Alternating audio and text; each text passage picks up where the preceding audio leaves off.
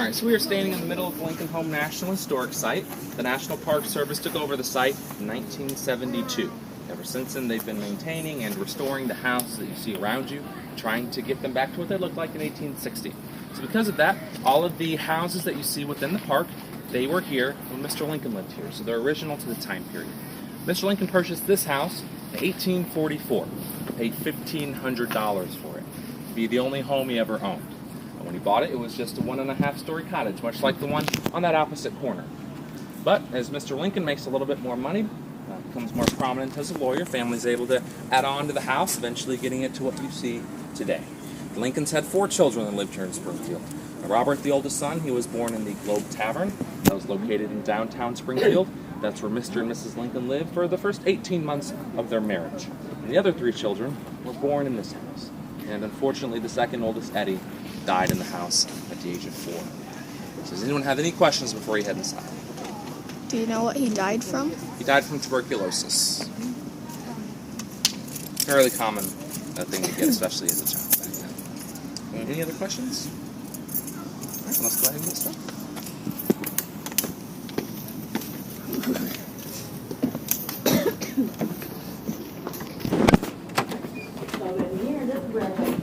Children might be playing over by the table. Look at the other one.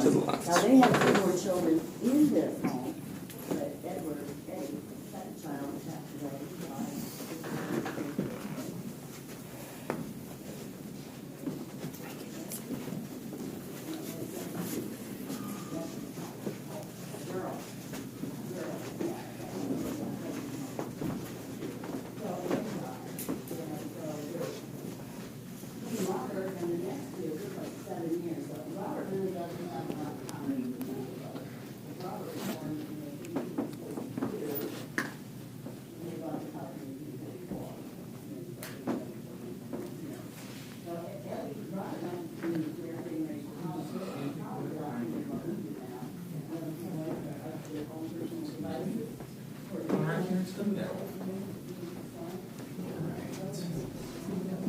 So as guests to the Lincoln family, you would be brought here into the formal parlors. This is the nicest part of the house. This is where Mrs. Lincoln would host all of her parties, all of her social functions. But depending on the size of the party, these doors can either be opened or closed. These doors are original to the house. In 1860, Mr. Lincoln, he wins the presidency. His wife decides that she's going to throw a party. Opens these doors, invites 700 people to the house. And they all showed up too, so I'll let you use your imagination as to what that would have been. So again, Mr. Lincoln buys a house in 1844, just a 1.5-story cottage. It consisted of the front parlor, sitting room across the hall. There's a kitchen attached to the back, some rooms and a loft area upstairs. First edition family makes the house is adding this back parlor here in 1846. It served as Mr. and Mrs. Lincoln's bedroom until they added on the full second story about 9 years later. When they add on the full second story, the bedroom goes upstairs. This becomes Mr. Lincoln's private library or study. It's actually this very spot, May 19th of 1860, Mr. Lincoln is asked if he'd run for president as the Republican nominee.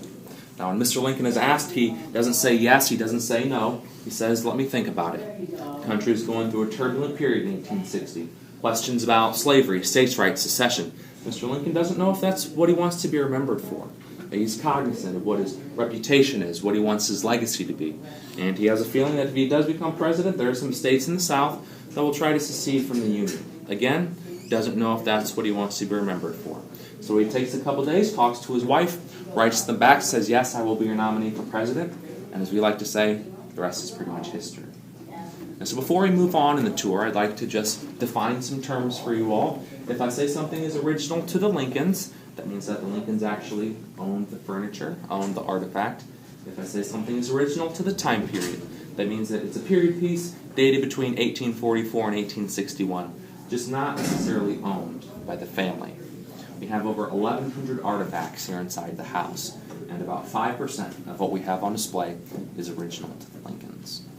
So when we're talking about the parlors, all of the black horsehair furniture you see, that was the Lincolns. Now this marble table here underneath the mirror, that's the family's as well. Wow. And then the whatnot shelf behind us, with the book, or behind it, the books and busts on it, also Mr. Lincoln's. And then the parlor, the bookcase you see in the corner, that is Mr. Lincoln's personal bookcase. and we do in fact have a book in there that we know is owned by Mr. Lincoln. So what questions do we have about the parlors? Any questions? All right, well, we're going to pass through the dining room into the room of red wallpaper. Take note of the table and chairs in there. Those are owned by the family as well. And then I'll meet you over in the city. And we will go back.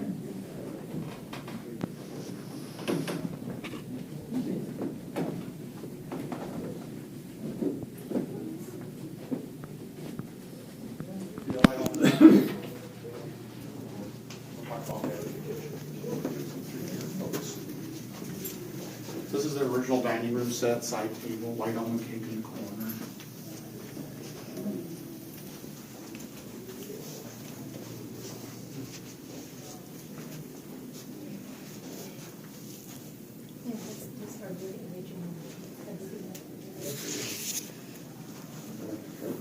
Nice fork and knife.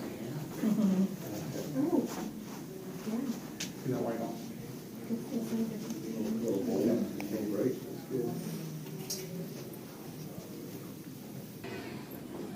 We can just make sure we're not leaning against any of the walls or doors, please.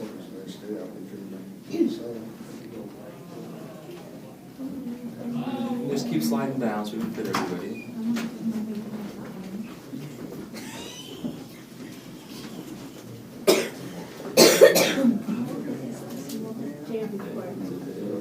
All right, so this is the Lincoln family sitting room. This is where the Lincolns would spend most of their time together as a family. We would recognize this room as a living room or a family room today. So you'd find the boys are running around, wrestling, maybe playing with little animals that you'd find in here. The Lincolns had a family dog named Fido. You'd also find a couple cats as well. Mr. Lincoln, on his way home from work, not afraid to pick up a couple stray cats, bring them back to the house. In fact, he loved cats so much, his wife said that his hobby was cats. So the boys are running around wrestling. Mr. Lincoln, if he's not wrestling with his boys or playing with the animals, he's probably reading. Mr. Lincoln, he liked to read out loud, so that if he read something, heard himself reading it, he's more likely to remember the information. So he's reading, the boys are playing, Mrs. Lincoln, she's sitting over by the sewing table, she's mending to the family's clothes, or maybe she's reading some poetry. Also, out loud. So it is 1860, there's no modern amenities, of course, no TVs, computers, cell phones, anything like that. Their form of entertainment is just a little bit different. They did have books and board games, but they also had that wooden box over there on the table. So that's called a stereoscope. And the way that a stereoscope works is you open up the box, take one of those pictures, put it inside, adjust the dials, look into it, and the picture becomes 3D. It's revolutionary for the time period. So revolutionary, Mr. Lincoln spends between $18 and $25 whole dollars on that very stereoscope for his boys.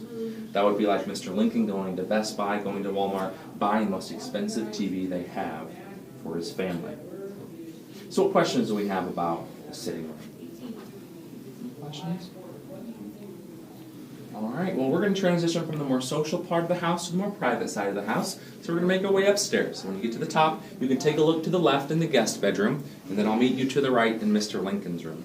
Please use the railing when going up the stairs, not just for your own safety. It's the only artifact in Springfield Mr. Lincoln touched that you also get to touch, as the railing's original to the house. Okay.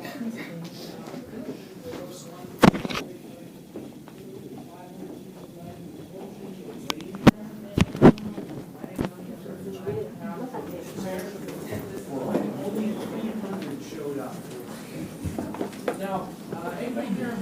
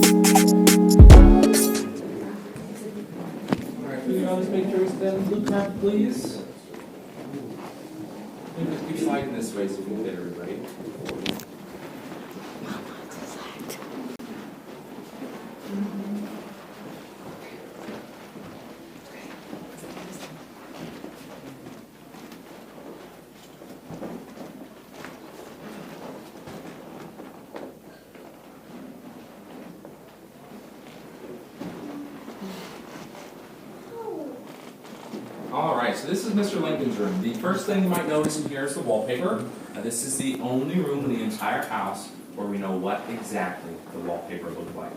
A restoration took place of the home back in 1987. They pulled back the plaster on the walls, and this was designed for the original wallpaper in this room. So I think that's kind of cool. So the bed you see here, this is not Mr. Lincoln's bed. We only have one Lincoln family bed. That's the one you saw in the guest bedroom. But this looks exactly like the one Mr. Lincoln had in this room, and it's the exact same size as well. And then if you'll direct your attention to that back corner, the writing desk you see, that's Mr. Lincoln's personal writing desk. So he was notorious for staying up late in the evening, 1, 2 o'clock in the morning. People walking by the house, not surprised to see a candle flickering in the window. That's Mr. Lincoln. He's reading, he's writing. Maybe he's preparing the next big speech he's going to give. The House Divided speech he gives over at the old state capitol, when she said this nation cannot endure half slave and half free. So what questions do we have about Mr. Lincoln's room? Yes? Are there any other stories about the Lincoln desk? That specific desk, Yeah. there's high probability that he actually wrote a lot of his first inaugural address at this very desk. Did it used to be taller? Did they cut it down, or I'm just making that up? No, so that would have been the actual size. Mr. Lincoln was 6'4". He was fairly tall for that time period where the average height was about 5'10", 5'11". So most of the furniture that existed in that time period wasn't really fit for someone of Mr. Lincoln's size. We did a lot of punching over. Any other questions? All right, we're going to pass through Mrs. Lincoln's room into the back hallway. Mr. and Mrs. Lincoln did have separate bedrooms. In that time period, if you could afford to have separate rooms, you had separate rooms. It kind of was assigned as well. So take a look in here, then we'll meet again over in the back hallway.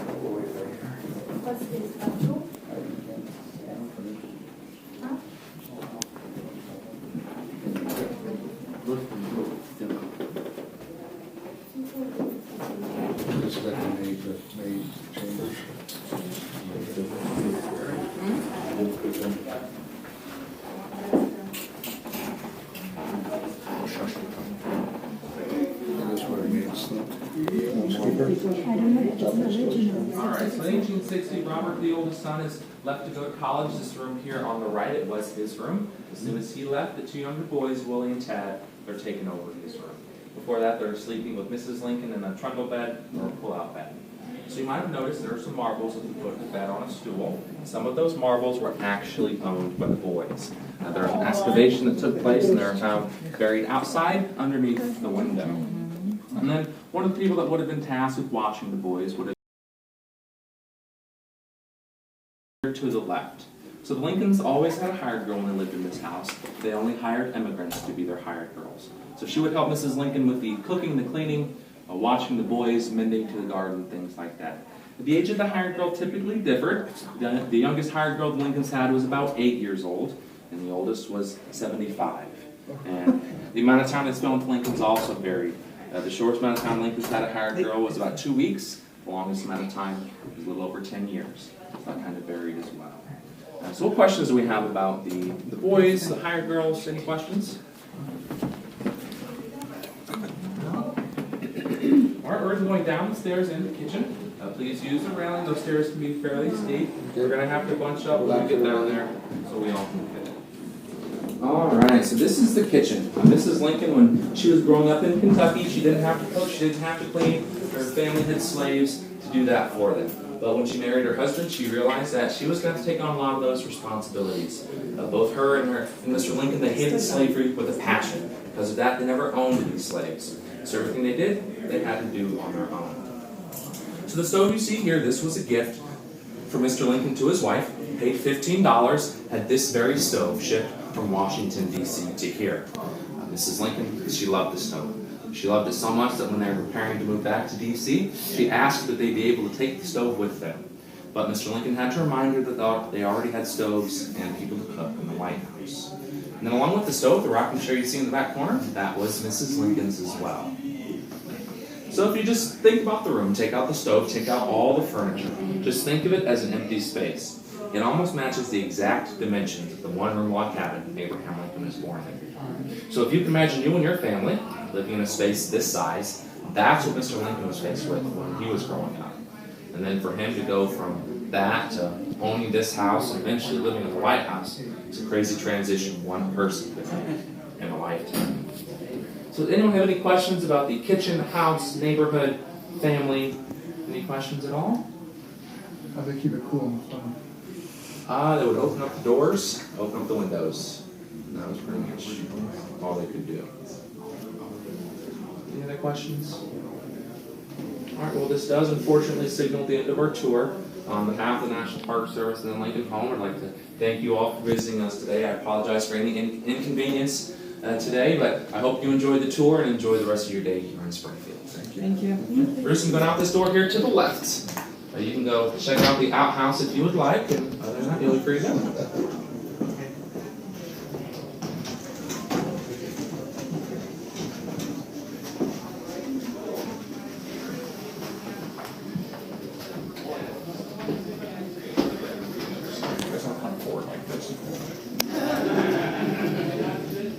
You go ahead.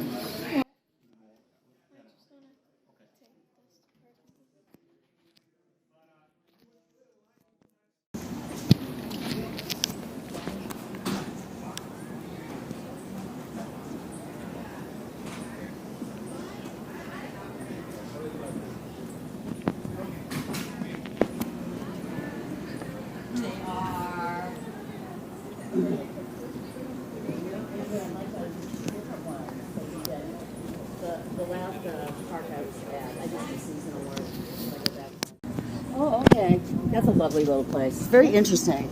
You can get the feel of what